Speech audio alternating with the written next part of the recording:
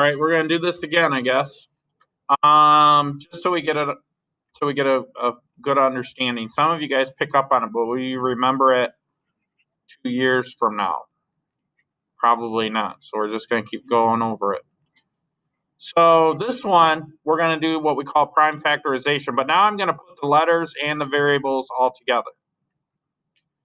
So I'm going to do the 12 first. So prime factorization, remember prime numbers are 2, 3, 5, 7, and 11. And I'm recording, so please stop talking. So 12 is 4 times 3. 4 is 2 times 2. So I've got 2 times 2 times 3. So those are all prime numbers, so I can stop there. I can't factor anymore. Let's do 18. 18 is 6 times 3. And 6 is 2 times 3 times 3. So this is this stuff here and this stuff here.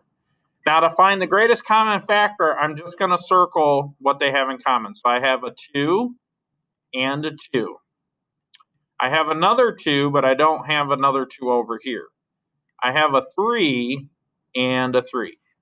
So for the number, it looks like 2 times 3, which is 6.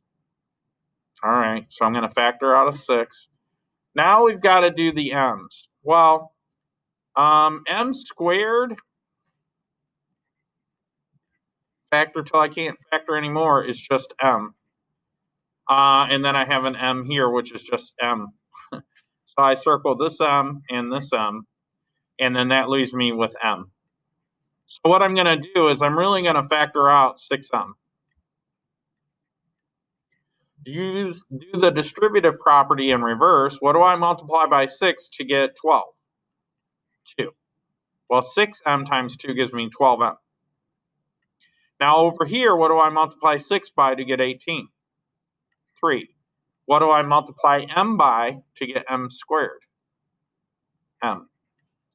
And this is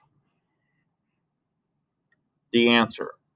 That's the factored form. But the greatest common factor is 6m.